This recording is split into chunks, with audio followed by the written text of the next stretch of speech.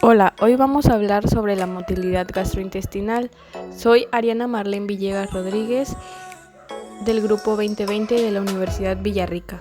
Vamos a comenzar con el peristaltismo. Bueno, este es una respuesta refleja que se inicia cuando la pared intestinal se estira por el contenido luminal y se presenta en todos los segmentos del tubo digestivo, que este va desde el esófago hasta el recto. El estiramiento inicia cuando una contracción circular por detrás del estímulo y una zona de relajación por enfrente del mismo. Bueno, la onda de contracción se desplaza luego en dirección caudal, propulsando el contenido de la luz hacia adelante a velocidades que varían de 2 a 25 centímetros sobre segundo. La actividad peristáltica puede aumentar o disminuir por los impulsos nerviosos autónomos que llegan al intestino, pero su presentación es independiente de la inervación extrínseca. Continuamos con la segmentación y la mezcla.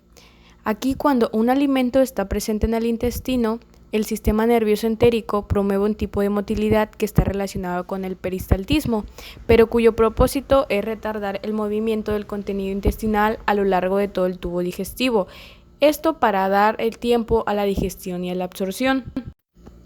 Un segmento del intestino se contrae en ambos extremos y luego ocurre una segunda contracción en el centro del segmento, esto para forzar el desplazamiento del quimo hacia atrás y hacia adelante. Continuamos con el complejo motor migratorio. Bueno, este comienza con un periodo de inactividad, que es la fase 1. Después continúa con un periodo de actividad eléctrica y mecánica irregular, que es la parte 2, y termina con una descarga de actividad regular, que es la fase 3. Aquí los complejos motores migratorios son inducidos por la motilidad y la concentración circulante de la hormona aumenta a intervalos de 100 minutos en el estado interprandial en coordinación con la fase contráctil del complejo motor migratorio. Las contracciones se desplazan en sentido aboral, que es lejos de la boca, con una velocidad de 5 centímetros sobre minuto y también aparecen a intervalos de 100 minutos. Y durante cada complejo motor migratorio aumenta la secreción gástrica, el flujo biliar y la secreción pancreática. Esto probablemente actúa para despejar al estómago y al intestino delgado de su contenido interior para preparar la siguiente comida.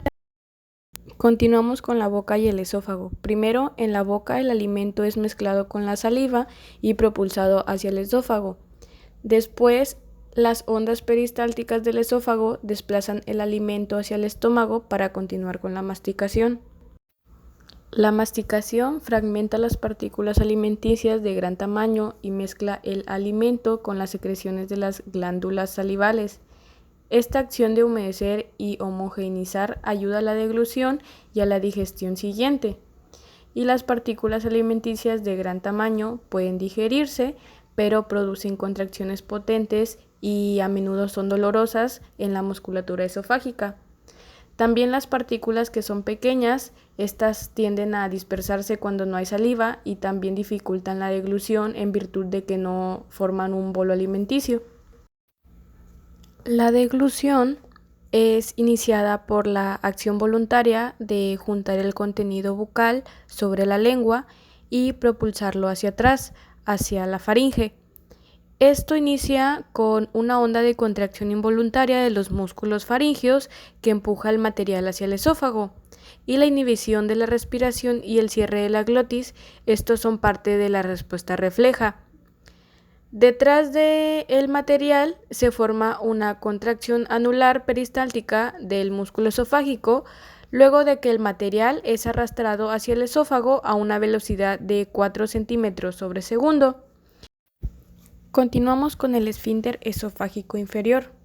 Está constituido por 3 componentes. Primero, el músculo liso esofágico es más prominente en la unión con el estómago, que es el esfínter intrínseco. Después, las fibras de la porción de los pilares del diafragma, que es un músculo esquelético, rodean al esófago y es el esfínter extrínseco, y este ejerce una acción de pinza sobre el esófago. Después las fibras oblicuas o del cabestrillo de la pared gástrica crean una válvula unidireccional que ayuda al cierre de la unión gastroesofágica e impide el reflujo cuando aumenta la presión intragástrica. También la liberación de la acetilcolina es por las terminaciones vagales, produce la contracción del esfínter intrínseco. Y aquí los esfínteres intrínseco y extrínsecos operan en conjunto para impedir el flujo ordenado del alimento hacia el estómago e impedir el flujo del contenido gástrico hacia el esófago. Continuamos con la aerofagia y el gas intestinal. Una porción del aire deglutido es regurgitada, que son los eruptos, y parte de los gases que contienen se absorben, pero la mayoría del mismo gas pasa hacia el colon. Después el segmento se absorbe una parte del oxígeno y el hidrógeno y el sulfuro de hidrógeno y el dióxido de carbono y el metano también formado por las bacterias colónicas a partir de los carbohidratos y de otras sustancias se agregan a este mismo gas y este es expulsado después mediante un flato. También en algunos individuos el gas presente en los intestinos produce cólicos y también puede producir borborigmos, que son los ruidos, y molestias abdominales.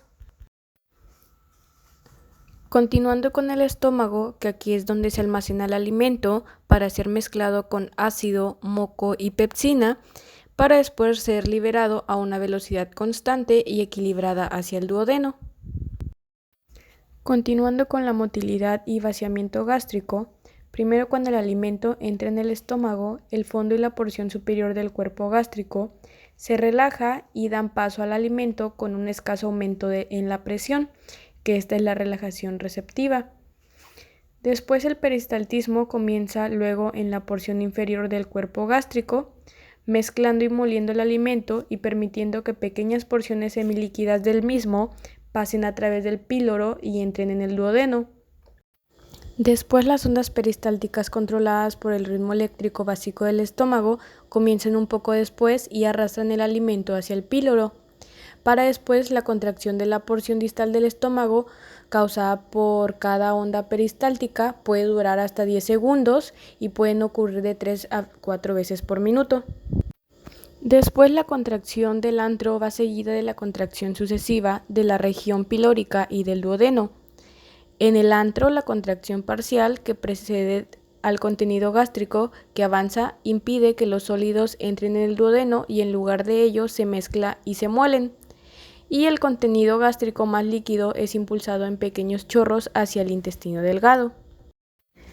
Continuando con la regulación de la motilidad y el vaciamiento gástrico, los alimentos ricos en carbohidratos abandonan el estómago en el lapso de unas horas y los alimentos con gran contenido de proteína lo abandonan con más lentitud y así el vaciamiento es más lento después de una comida que contiene grasa.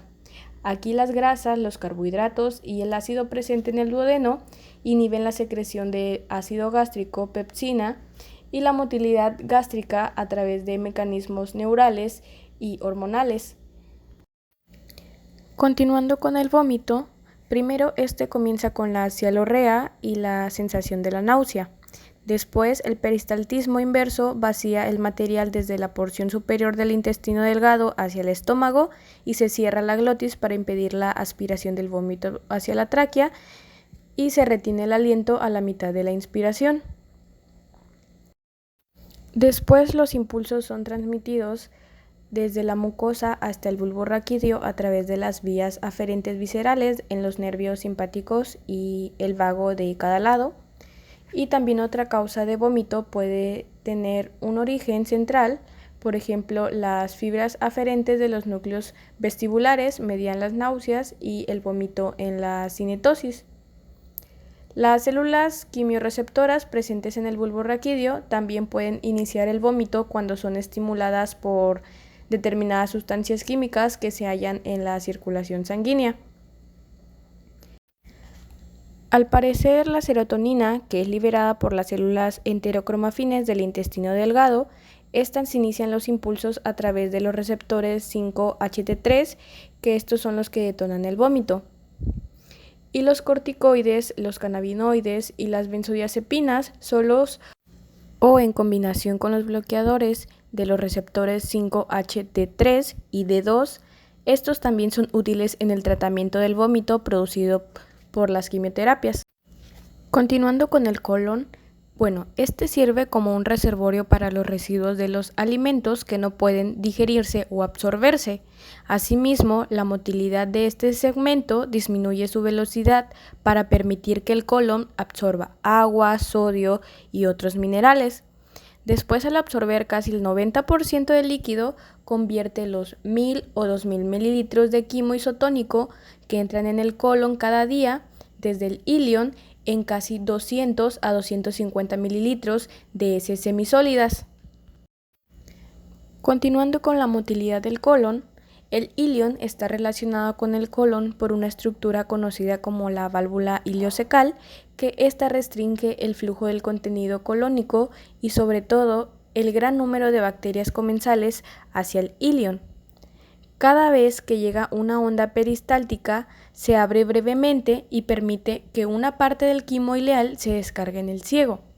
Después, cuando el alimento sale del estómago, el ciego se relaja y aumenta el paso del quimo a través de la válvula iliocecal, que este es el reflejo gastroileal. Para después, las contracciones del segmento mezclan el contenido del colon y al poner en contacto una mayor parte del mismo con la mucosa facilita la absorción, y las ondas peristálticas impulsan el contenido intestinal hacia el recto, aunque a veces ocurren ondas antiperistálticas débiles. También existe un tercer tipo de contracción que aparece solamente en el colon y es la llamada contracción de acción de masa, que aparece unas 10 veces al día y en ellas hay contracciones simultáneas de músculo liso. La frecuencia del ritmo eléctrico básico, a diferencia de la que se observa en el intestino delgado, esta aumenta a lo largo del colon desde casi 2 minutos en la válvula iliocecal hasta 6 minutos en el sigmoide. Continuando con el tiempo de tránsito en el intestino delgado y el colon, la primera parte de una comida llega al ciego aproximadamente en 4 horas en casi todas las personas y después de 8 a 9 horas llegan al colon todos los restos no digeridos. Después, los primeros residuos de la comida atraviesan el primer tercio del colon en 6 horas, el segundo tercio en 9 horas y llegan a la porción terminal del colon, que es el colon sigmoide, en 12 horas. Y después el colon sigmoide hasta el ano, ahí el transporte es mucho más lento. Por último, vamos a ver la defecación. Primero, la distensión del recto por las heces inician contracciones reflejas de su musculatura y el deseo de defecar. En el ser humano, la inervación simpática del esfínter anal interno, que es involuntario, es excitatoria, en tanto que la inervación parasimpática es inhibitoria. Este esfínter se relaja cuando se distiende el recto. El esfínter se mantiene en un estado de contracción tónica y la distensión moderada del recto aumenta la fuerza de su contracción. Después, el deseo urgente de defecar ocurre inicialmente cuando la presión del recto aumenta a casi 18 milímetros. Cuando esta presión llega a los 55 milímetros, tanto el esfínter externo como el interno se relajan y hay una expulsión refleja del contenido del recto.